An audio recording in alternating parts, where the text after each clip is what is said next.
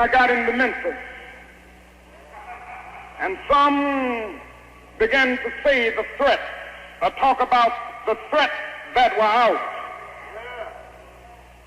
What would happen to me from some of our sick white brothers? Well, I don't know what will happen now. We've got some difficult days ahead.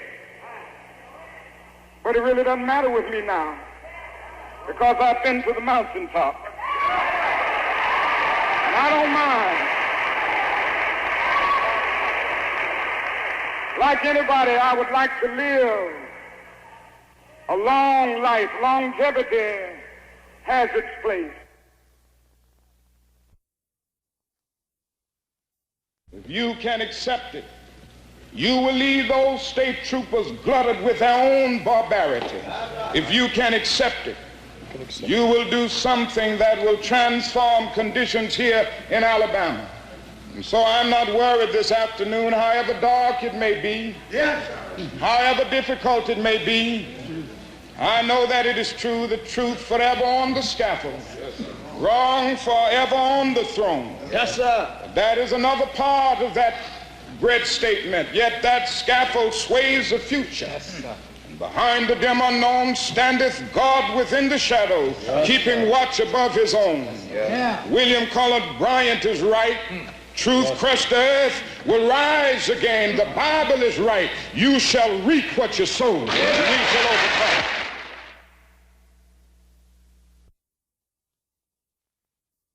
In the past several years, it has become clear that the technique of mass, nonviolent direct action has not only become the accepted method of the civil rights movement, but beyond that, the vast majority of all Americans now support and approve it. What began as a limited expression of protest 10 years ago in Montgomery, Alabama, to integrate a bus line has grown into a national phenomenon. As history spiraled over a decade, the movement returned to Montgomery and involved in direct action nuns and priests, rabbis, Protestant ministers, and laity of every race, social class, and age. Many observers have been surprised and even shocked by these methods. The enemies of the civil rights movement have been quick and vocal to denounce them as undemocratic pressure tactics and even un-American in philosophy. Yet the truth is that no one can scorn nonviolent direct action or civil disobedience without canceling out American history. The first nonviolent direct action did not occur in Montgomery. Its roots go back to the American Revolution and the boycott against British tea, culminating in the Boston Tea Party. It was the favorite weapon of the suffragette movement when women had to fight for their right to vote. It was a technique the trade unions employed to organize the mass production industries. Many here tonight can recall the events of the 30s, when federal court injunctions crippled and stifled union organization. Even a Wagner Act could not facilitate a breakthrough. When the now historic sit-down strikes burst forth in 1937, a new national attitude congealed, and through the Congress of Industrial Organizations, a new major movement was born. Then, too, the nation was warned that the profit system was a target of this new form of struggle.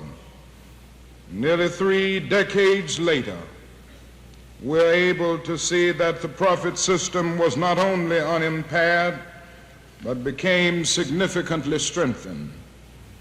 If that is some confusion about the origins of nonviolent direct action, that is even more about civil disobedience. The two methods are not synonymous.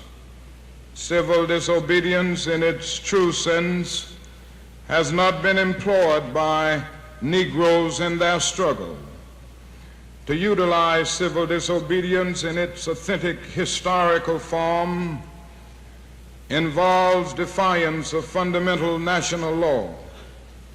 For example, when Antigone insisted upon her right to follow her individual conscience and religious convictions to bury her brother, she was defying the king and the unqualified majesty of his law. When the Quakers refused to return runaway slaves, they were defying the Supreme Court in the Dred Scott decision. When Thoreau refused to pay taxes in protest against the Mexican War, he was breaking a fundamental legislative enactment and opposing the declaration of war of the Congress.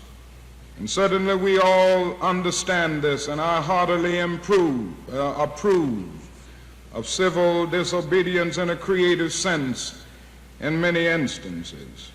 But we must see that the Negro today, when he marches in the streets, is not practicing civil disobedience because he is not challenging the Constitution, the Supreme Court, or the enactments of Congress. Instead, he seeks to uphold them. He may be violating local municipal ordinances or state laws, but it is these laws which constitute basic national law. Negroes, by their direct action, are exposing the contradiction. The civil disobedience, or I should say uncivil disobedience in the situation resting on unjust foundations, is that of the segregationists. Negroes have not willfully and frivolously violated the law. Many good-hearted people believe they do exactly that and forgive them on grounds that they endured appalling grievances. Yet these people forgive them for misdeeds they are not committing. The truly unsocial lawbreaker disregards law because he as an individual is seeking a personal advantage. Negroes have never forgotten, even under the crushing burdens of injustice, that they are connected with the larger society, and that the roads they may obstruct and the public buildings they picket are used in common by all citizens. For that reason, before a protest can be approved by responsible leadership, they must answer the following questions. One, do we have a just grievance? Or is our purpose merely to create confusion for its own sake as a form of revenge? Two, have we first used every form of normal means to eliminate the problem by negotiation, petition, and appropriate appeals to authority? Three, having found these channels useless or forcibly closed to us, when we embark upon any type of lawbreaking, are we prepared to accept the consequences society will inflict and to maintain, even under punishment, a sense of brotherhood?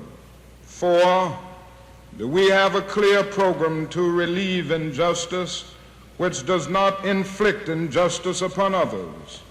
And is that program reasonable and grounded in the ethics and best traditions of our society? In establishing these prerequisite conditions before employing direct action, the civil rights movement meets its responsibility to society and fulfills its obligations to democratic principle. Even after the movement embarks upon a program of nonviolent direct action or civil disobedience, its purposes are not narrowly confined to attain benefits exclusively for the Negro. It is an axiom of nonviolent action and democracy that when any group struggles properly and justly to achieve its own rights, it enlarges the rights of all.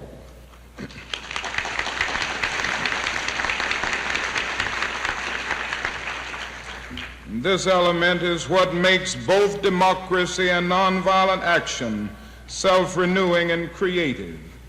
What advantages have all Americans derived from the growth of nonviolent direct action in civil rights? First, the struggle dissolves the deceptive facade and reveals basic evils and contradictions in the society. Tens of millions of Americans a decade ago were ignorant of the actual conditions of life of the Negro, both in the North and in the South. Until there was awareness, there could be no consensus to make corrections. The long list of federal legislative enactments and Supreme Court decisions illustrate how extensive were the wrongs that blighted our society. Second, programs for remedying evils are not confined in their effects to Negroes. When Negroes took to the streets to demand job opportunities for themselves, they helped to stimulate a broad war on poverty concept, which ultimately will benefit more whites than Negroes.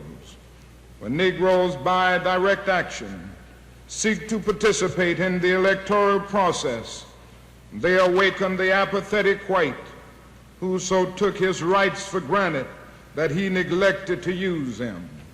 When Negroes boycotted schools, they did more than reveal classroom discrimination.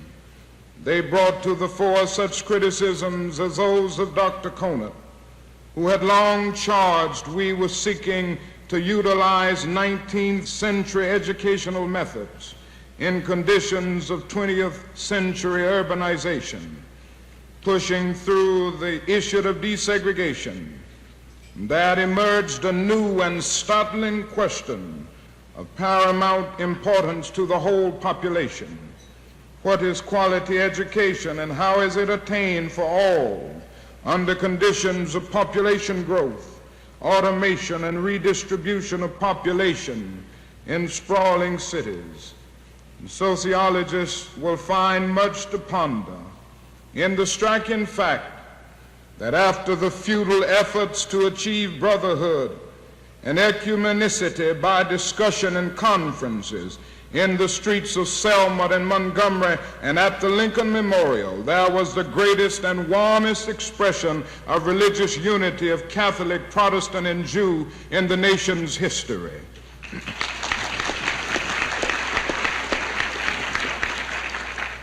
One of the most profound of all results of the Negro upsurge has been its effect upon the youth of the nation. From the student-led sit-ins of 1960, an awakening of social thought and action has swept the campuses of the nation.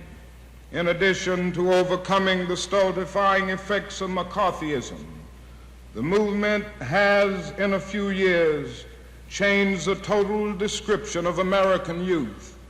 From the silent generation, they have become the morally and socially concerned generation. From the single issue of civil rights, interest has broadened to questions of peace and poverty. From exclusively student involvement, the issues now have become the concern of faculty and scholars of every description. It is noteworthy that the vibrant movement to re-examine our foreign policy, which the government now respects and welcomes, borrowed its title Teach-ins from the civil rights movement. The student awakening and the student mass action rest upon no specific political tendency, but impresses the whole democratic political spectrum. I have discussed the social effects of nonviolent mass direct action at length because I believe it is too often limited in its application merely to the civil rights movement.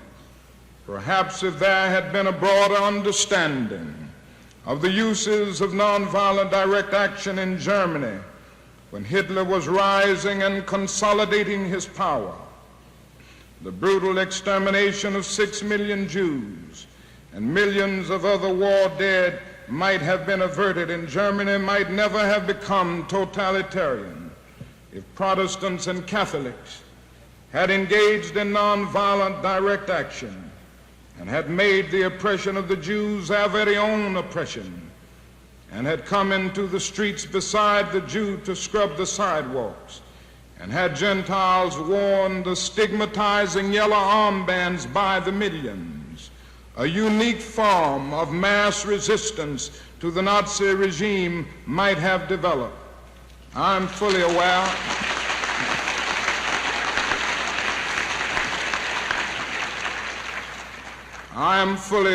of the terror, the intimidation, the brutality, and the force the fascists were so quick to use. But I am also aware that in the South today, some races of the same mentality have been curbed in their resistance to nonviolent action when practiced on a mass scale.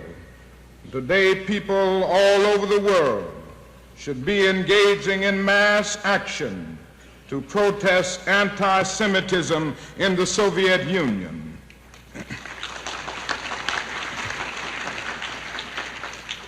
That is a dangerous silence today which unintentionally encourages evil to flourish. Was Albert Einstein right when he said, "The world is in greater peril from those who tolerate evil than from those who actively commit it"? Did not President Kennedy warn that those who do nothing are inviting shame as well as violence? Will the nation ever forget the searing impact of Rabbi Joachim Prince's admonition as he spoke at the March on Washington in 1963? When I was a rabbi of the Jewish community in Berlin under the Hitler regime, I learned many things. The most important thing that I learned in my life and under tragic circumstances is that bigotry and hatred are not the most urgent problems. The most urgent, the most disgraceful, the most shameful, and the most tragic problem is silence. A great people which had created a great civilization had become a nation of silent onlookers. They remained silent in the face of hate, in the face of brutality, and in the face of mass murder. America must not become a nation of onlookers.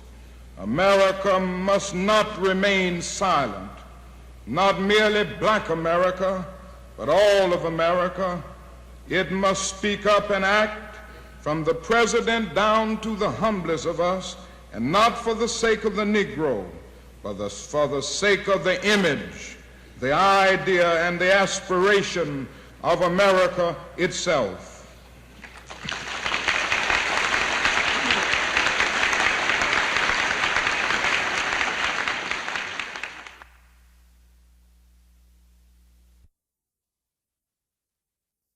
Now let me proclaim here and now that I am still convinced that the philosophy and practice of nonviolence affords a more excellent way to improve the inadequacies existing in the American social system.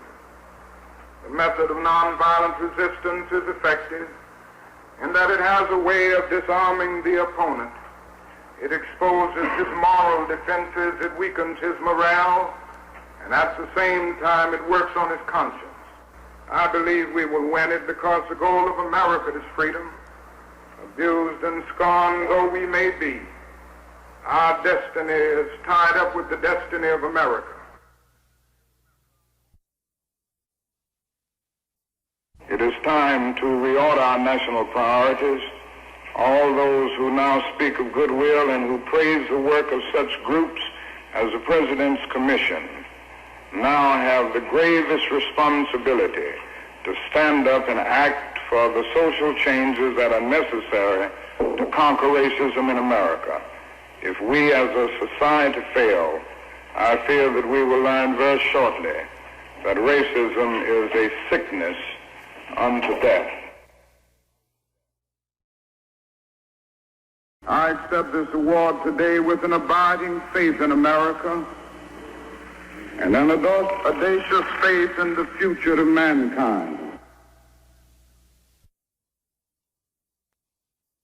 One day after finishing school, I was called to a little church down in Montgomery, Alabama. And I started preaching there. Things were going well in that church. It was a marvelous experience. But one day, a year later, a lady by the name of Rosa Parks decided that she wasn't going to take it any longer. She stayed on a bus seat.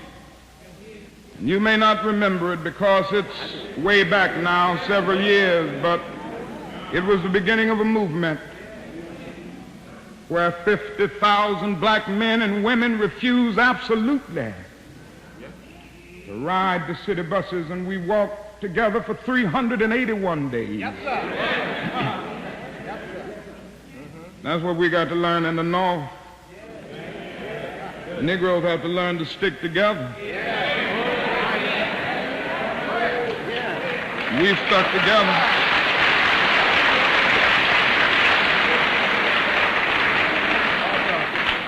We sent out the call. No Negro rode the buses. It was one of the most amazing things I've ever seen in my life. And the people of Montgomery asked me to serve as the spokesman. And as the president of the new organization, the Montgomery Improvement Association, that came into being to lead the boycott, I couldn't say no. And then we started our struggle together. Things were going well for the first few days, but then about 10 or 15 days later, after the white people in Montgomery knew that we meant business, they started doing some nasty things. They started making nasty telephone calls, and it came to the point that some days more than 40 telephone calls would come in, threatening my life, the life of my family, the life of my children. I took it for a while in a strong manner, but I never will forget one night very late. It was around midnight, and you can have some strange experiences at midnight. I had been out meeting with the steering committee all that night, and I came home. My wife was in the bed, and I immediately crawled into bed to get some rest, to get up early the next morning to try to keep things going. And immediately the telephone started ringing, and I picked it up. On the other end was an ugly voice. That voice said to me in substance, "Nigger, we are tired of you and your mess now. And if you aren't out of this town in 3 days, we're going to blow your brains out and blow up your house." I had heard these things before, but for some reason that night it got to me. I turned over and I tried to go to sleep, but I couldn't sleep. I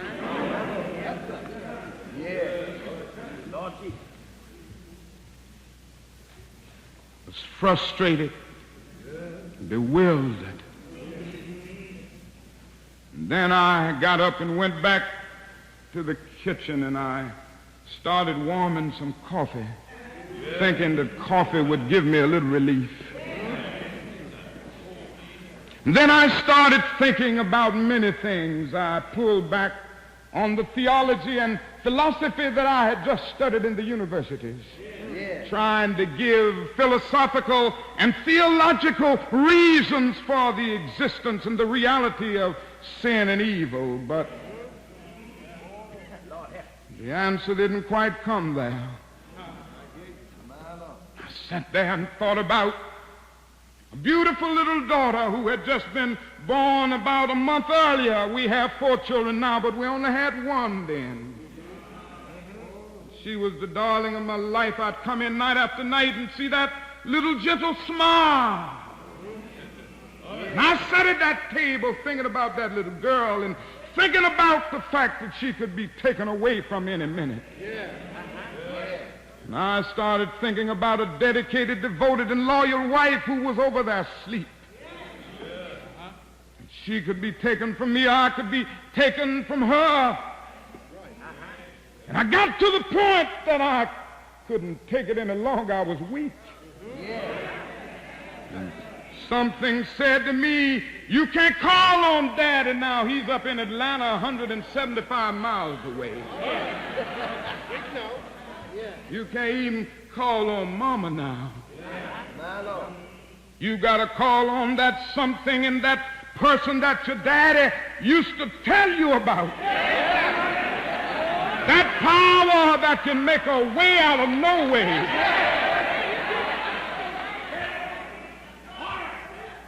I discovered then that religion had to become real to me, and I had to know God for myself. And I bowed down over that cup of coffee. I never will forget it. Oh, yes, I prayed a prayer, and I prayed out loud that night. I said, Lord, I'm down here trying to do what's right. I think I'm right. I think the cause that we represent is right. But Lord, I must confess that I'm weak now, I'm faltering, I'm losing my courage. It seemed at that moment that I could hear an inner voice saying to me, Martin Luther, stand up for righteousness. Stand up for justice. Stand up for truth. And lo, I will be with you even until the end of the world. I tell you, I've seen the lightning flash. I've heard the thunder roll. I've felt sin breakers dashing, trying to conquer my soul. But I heard the voice of Jesus saying, still to fight on. He promised never to leave me, never to leave me alone. No, never alone. No, never alone. He promised never to leave me, never to leave me alone. Sometimes I feel discouraged. And I don't mind telling you this morning that sometimes I feel discouraged. I felt discouraged in Chicago. As I moved through Mississippi and Georgia and Alabama, I feel discouraged. Living every day under the threat of death, I feel discouraged sometimes. Living every day under extensive criticisms, even from Negroes, I feel discouraged sometimes.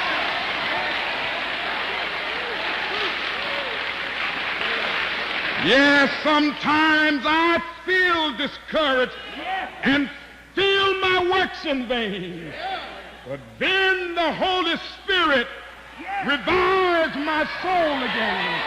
There is a balm in Gilead to make the wounded whole. There is a balm in Gilead to heal the sin-sick soul. God bless you.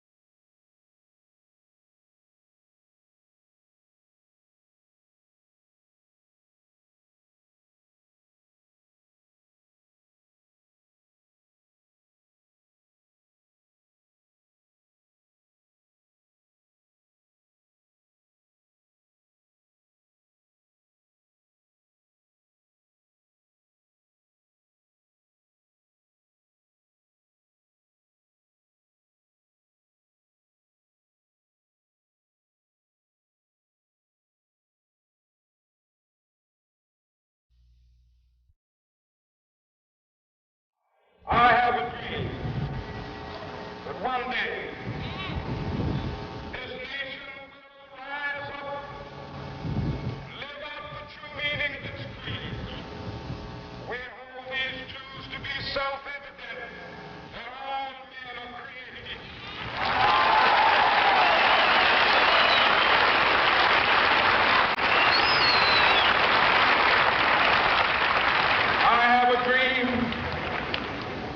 That one day on the red hills of Georgia,